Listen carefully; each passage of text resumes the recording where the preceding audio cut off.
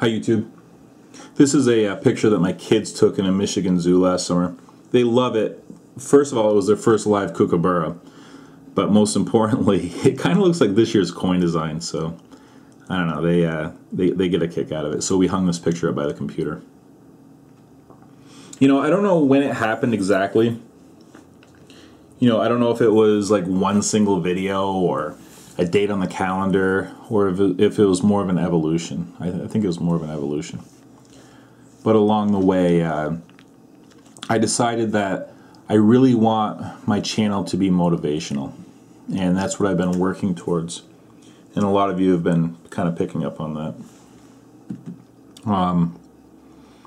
A big part of my job is to try to problem solve.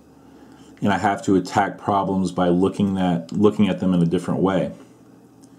You know, when everybody's looking at a problem the same way, obviously it's very difficult to solve. And so I've gotten kind of used to, I hate the term out of the box thinking, but I've gotten used to looking at things that way. And so I've approached it like building wealth is a problem, and this is how we're going to solve it. You know, I've gotten so much positive feedback from people saying it actually does make a difference. It's really difficult to not be touched by that and to not say, okay, I want to do better.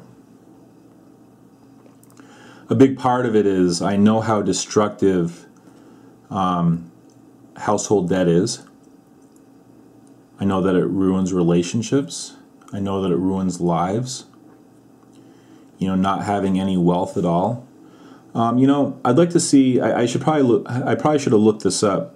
I'd love to see a chart of the correlation between rising household debt and depression levels. I don't think I've ever seen anybody even try to put that together. But I bet there's a correlation there. I'll actually be doing some videos on depression at some point. I think there's basically a perfect storm of factors right now that are contributing to this. But along the way, I realized, you know, maybe my silly little YouTube channel can kind of make a difference to a few people. Not like a ton of people, obviously. I mean, a channel like mine only gets so big. It levels off quickly. But maybe it can make a little bit of a difference. And that's what I've been working towards. You know, I'm always looking for that perfect metaphor, right? That's why I was so happy with yesterday's video, how it came out, because I was always attacking it from the angle of, you know, control your spending, live within your means, take that extra money and buy silver with it. But I kind of turned that around a little bit. You already have that silver in your possession. Now you have to part with it for your iPhone or whatever. And I thought it was a really effective message, and I was very pleased with how it came out. And it was received really, really well.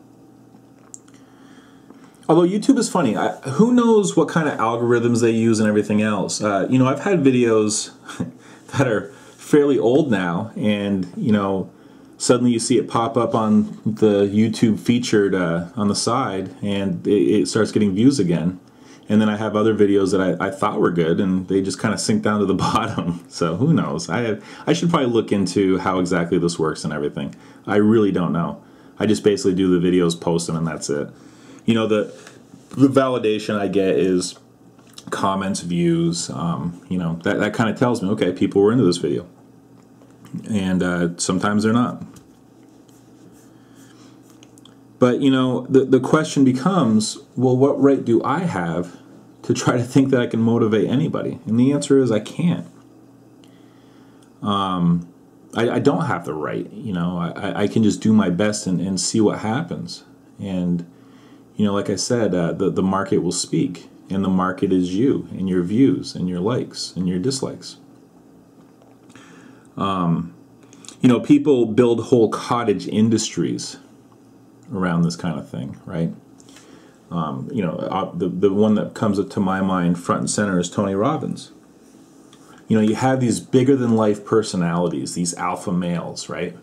And they got the headset on, and they're pacing frantically on the stage, and they're breathless, you know, with their enthusiasm, and they get the crowd whipped up into a frenzy, and, you know, you can do anything, you can have that yacht, you know, kind of thing, and everybody cheers, and they go home, and they're ready to run through a wall. But it really doesn't last. I mean, you know, I don't know.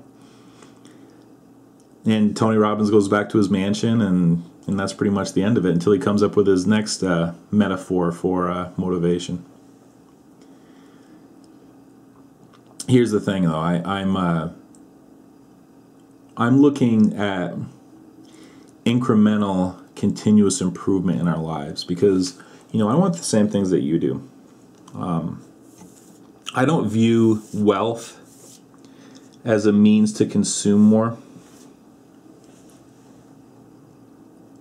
You'll never see me with the house on the hill and the expensive car. It's just not something that I desire.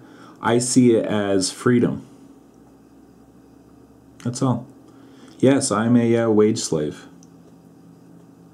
And I'm doing it because someday I'd like to have freedom. And I know that many of you share that view. I don't love my job. My job does not define me. My job is simply a job. And it has become thankless. Okay? And it wasn't always that way. But respect for the individual has gone away. Okay? And that is not a good work environment. And that's not something that I want to do forever. And I know that you feel the same way.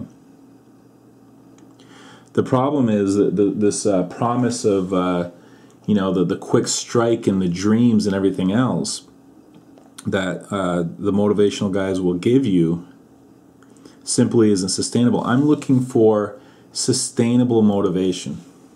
That's what I'm after. That's what I'm trying to achieve here. That's kind of why, I did that wealth building formula, right? And time was the most important component. The thing is, motivation is kind of like hypnosis. Okay? You have to be a willing recipient for it to work. If you don't want to be motivated, you won't be motivated. If you don't want to be hypnotized, you won't be hypnotized. But, I've seen the destruction firsthand that household debt can have. I told you the story before, but I'll tell it again. I mean, look, my channel has just about churned 100% since I told the story before, so I'll throw it out there again. My wife had an uncle who was a mid-level manager at John Deere. He made a very good living. He made 6 figures, and nice family, beautiful home. What everybody thinks about when they envision success. And he lost his job during the financial crisis, as a lot of people did. And he had no way of replacing that income. So once they blew through their savings, he started working at either Lowe's or Home Depot. I can't remember which, but it was like a $9, $10 an hour job. But he had these vast credit lines from when he was making a good salary, and those don't just go away. So he basically, tried to finance his lifestyle as though he was still making a lot of money. And they ran up in just a mountain of debt. And he ended up committing suicide. So, they had these 2 great kids, and his wife ended up basically drinking herself to death. She became alienated from her 2 kids, and then she passed away. About a year ago now, maybe 2 years ago now. So I've seen firsthand how destructive debt, and I know this was an absolute extreme example, right? But I've seen firsthand how destructive it can be. And I have to think that this played out many times across the country. People having their lives ruined by the toxic cloud of household debt. And this compulsive need to keep up with appearances, to have what their neighbors have. Okay, and that's why in today's environment, it's just not realistic. as more and more people start falling out of upper income into middle income, and more people fall from middle income into lower income, we know that that mentality is not sustainable. So,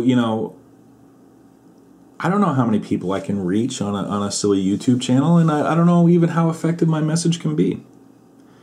But, I really felt good a while ago when a police officer posted on my channel that, he's always stopping at the convenience store for like a Monster energy drink, and he decided that today I'm not going to do that.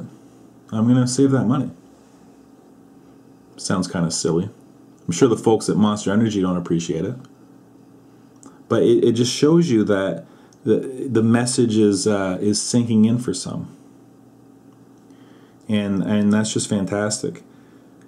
So, I'm always looking for that metaphor. I'm always looking for that perfect metaphor to kind of turn into a video, and who knows? We'll see where it goes. But this is definitely something that's important to me, and I'm really glad that so many of you enjoy it. I realize it's not for everyone. That's okay. I never said I was going to make a channel for everyone. But for those of you that like what I do, I really appreciate it. And one thing that's just kind of floored me is I've been on YouTube for a year and a half now. It's hard to believe, but I can't believe how many of you have just kind of come along almost the entire time. It cracks me up, and it's definitely appreciated. So many of you comment on every single video, and I just always appreciate that. It's definitely not lost on me. So, all right, YouTube. Thanks. I'll talk to you later.